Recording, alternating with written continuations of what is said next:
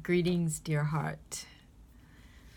I'm Gail Hannon, and I'm here to celebrate with you my anniversary of 25 years of being a Reiki practitioner, a Reiki master, energy healer, quantum holographic energy healer, as I've evolved.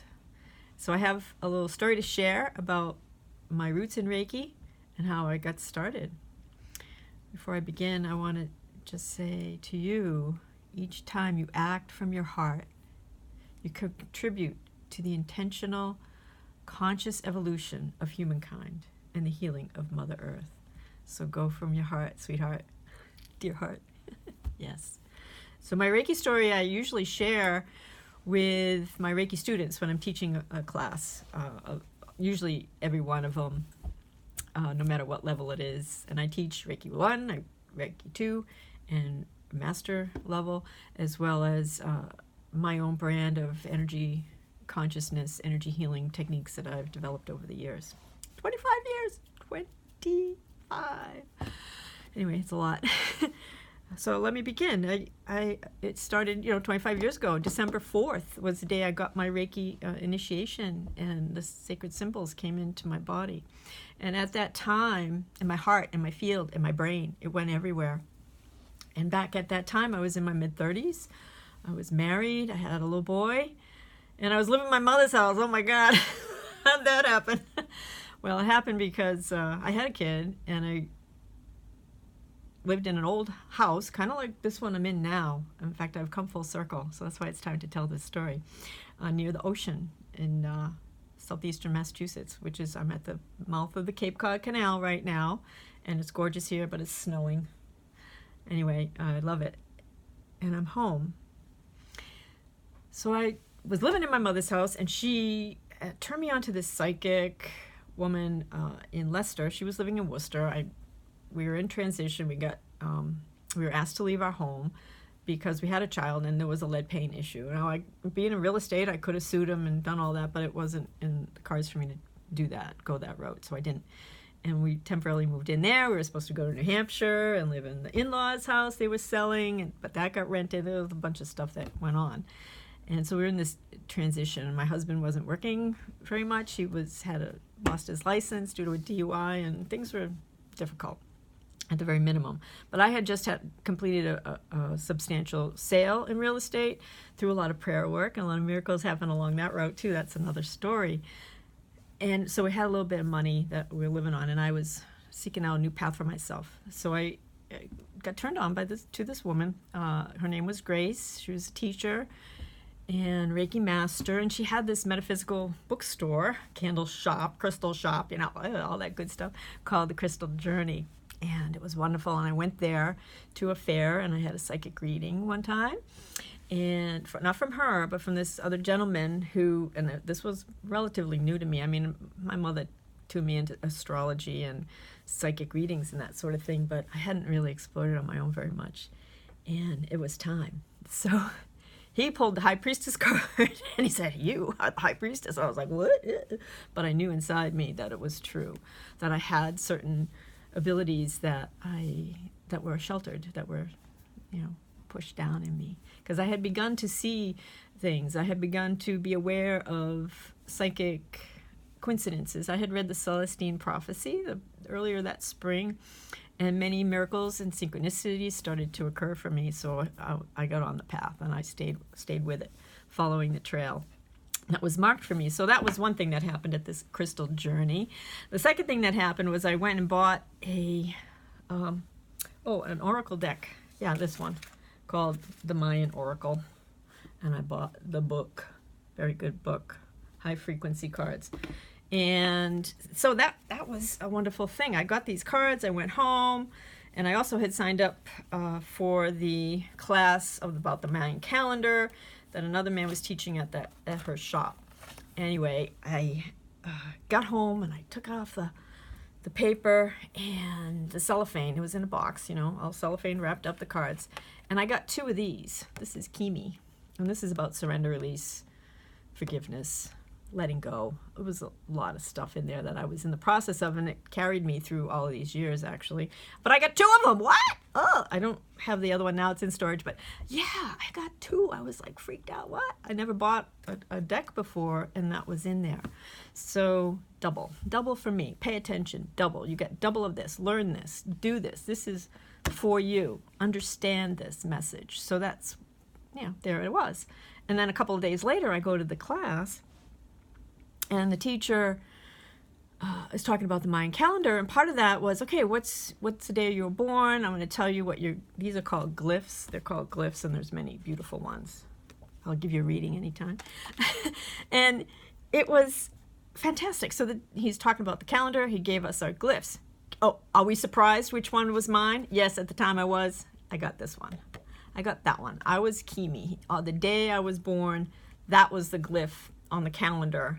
That signature energy was for me. So I have spent my life letting go, releasing a lot of trauma, a lot of grief. I've lost a lot of loved ones. This year I lost 7 people. Oh my God, since the beginning of the year. And it's like, woof, every month there's a funeral. There's somebody to attend to. There's my own loss of these loved ones. So it's been a bit of a rough year. And that was, I gotta let go of this story. Now it's time to share the story in a broader audience. So that's what I'm doing. I got that from that. So that was the second thing at the Crystal Journey. Oh, and there was one more about the teacher. He said something about, and also you are, so I got the glyph, birth date, like an astrology sign. Learned that message. And then the second part was electric white wizard. I was like, what? And they said, you're the same as me. I'm an electric white wizard too. And I was like, huh? I don't understand this. This is all new to me. Where does this come from? Nevertheless, I felt so I didn't really understand it fully at that time, and he didn't explain a lot, but I felt honored. It's like there was a connection here. I'm a teacher too. He's a teacher, I'm a teacher. This is esoteric, metaphysical information. I'm a teacher too. And it's, I began to feel that in myself. It was a seed that was planted, which I've come to now. I ended up teaching Reiki to a lot of people. Anyway, so there's that part. Lastly, I took the Reiki class. Grace says, oh yeah, come on, you got to do it. You got to do it. And I was not sure about it, obviously, but there was something inside of me that was certain about it. So and partly due to my mom. She's done so many things to me. But she did open the door to the Barbara Brennan work and had Hands of Light, a copy of Hands of Light. And I couldn't read the book because it was dense. It was a textbook. It was like metaphysical textbook, and I tried to read it and I just didn't understand it, but I did like to look at the pictures because she had a lot of diagrams about the energy field and the chakras, and I was like, what is this, so I'd occasionally open it up and say, whoa, what is this? So I thought it was somehow like that, which in a way it was. So I took the class, I signed up, put me down. December 4th, I'll be here at your shop. So I pull up to the place that Saturday morning. It's early. I got there a little early because I was very excited. And I got in the driveway, and I look around, and it's like, where's the house? It's gone. And there's nothing there. Well, there's a couple of buildings, but there's a big old colonial house, 200-300-year-old house that was there for all that time, and it was leveled, gone. All that was there, seriously, was scorched earth, smoldering coals, and like no appliances. I think there might have been a chimney. No appliances, no furniture, no personal rubble, nothing. Leveled, gone. It happened the night before. I was like, how could this happen? What is this? This is what's shocking to me. I was like, whoa, in another world. So I go in to the shop, which was attached to the house, where these classes were, where these bookshops were. Actually, they were candle makers, and that was the cause of the fire. They made beautiful Reiki ritual candles, and you can still purchase them today. I think they sold the company since, but they're beautiful, and they're wonderful, highly energetic. And I go in, and there's Grace sitting there going, oh, she's in shock. And she spoke to me, and I said, are we having the class? She said, oh, yes, we're having the class. You're good. I called in some friends to come and teach. So there you have it. They came. She had 4 Reiki masters to teach the class, and one was a lead, Dana, and then there were 3 others that supported Grace because she was in shock, of course, and it was a terrible thing that she suffered. And we had the class for the full day. I was like, okay, I'm going to go with this. If that's what you want. Okay, here we are. And it was very shocking, and I'm not sure I was fully in my body.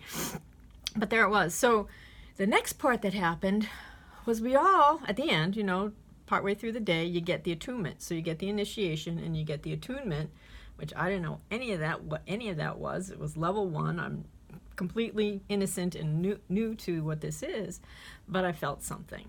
And each master, there were 5 of us students, I believe, and each master attuned us each time. So they blow it in your crown, in your hands, in your heart, and you're set up, and off you go. There's a 21-day detoxing period that starts after that. So that was December 4th. 21 days later, Christmas. What? You don't realize this. And I think I was on a powerful moon cycle too. There might have been a full moon stretch going on there. And that was it. So I started having all these feelings. I was blowing out light bulbs. When I'd flip a switch on the wall, the car electronics were wonky when I'd get in. I would turn on a light, and again, the lights would blow out. And I'm like, what is going on here? I was flushing out my body. I was constantly, flushing out stuff from my gut and having like diarrhea and, doing that. It was powerful. It was hugely powerful. I got quadruple blast of energy with the symbols. What? That doesn't happen. That doesn't happen. So I got double cards, and then I got quadruple blast of energy from all these Reiki masters. And it was fantastic. I had my hands turned like a translucent blue one time. I was just there, and I was like, whoa, and it was the strangest sensation. Anyhow, it was powerful for me, and I knew there was something to this. I didn't doubt it for a minute. It happened to me. It happened to my body. And there were many synchronicities. I had a crow show up outside my window, which later I came to find out was a powerful guide for me to this day. And I got up and I meditated. I was meditating every day. I was creating my life. So it was wonderful. Come Christmas, well, I'm living there with my mother and my brother, and we're in this condo. All that stuff's shoved in the garage. It's, I have my family that I'm creating, and it's a challenge. I wanted to be raising my child, looking after him, caring for him. And, the world makes it hard for you to do that financially. So we ended up there. We're trying to plan to go to New Hampshire and live in my in-laws' home, which they're in the process of selling, kind of make a shift out of where we were living here in Massachusetts, out by Worcester. And there's a big blowout on Christmas Day, which not uncommon in my world, not uncommon at all, sadly. And I knew this was the last one I was going to have for a while, because it was the dynamics with my mother and my brother and me that challenged me, and I was very uncomfortable with it, and I lost my cool. I blew up. I let it fly because I'd been stuffing it, for years, and it just wasn't going to happen anymore. So I did that, and a week later we moved to New Hampshire, where I stayed for 24 years. I moved back last spring, and it was quite a journey. A magnificent, synchronistic, miracle-filled. So each one of these things was little mini miracles that I acknowledged, that I kept saying, oh, what is this? What is this synchronicity? How does this happen? How does this unfold? And then I just kept going to the next thing and the next thing and following what my heart was showing me who I am. And I became this healer, and I healed myself.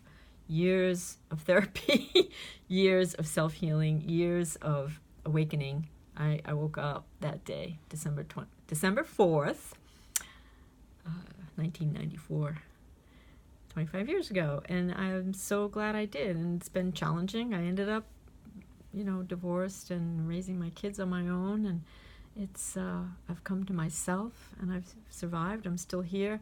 I've worked with a lot of people. I'm going to keep doing that and keep working on myself too, because that's really key as you go on this journey as a healer and as a client or a student. You work on yourself, and that's what we're here to do, to evolve our consciousness through self-awareness, self-acknowledgement, self-love, most importantly, self-love. So there you have it. That's my little celebration story, and I hope you enjoyed it, and keep the miracles coming.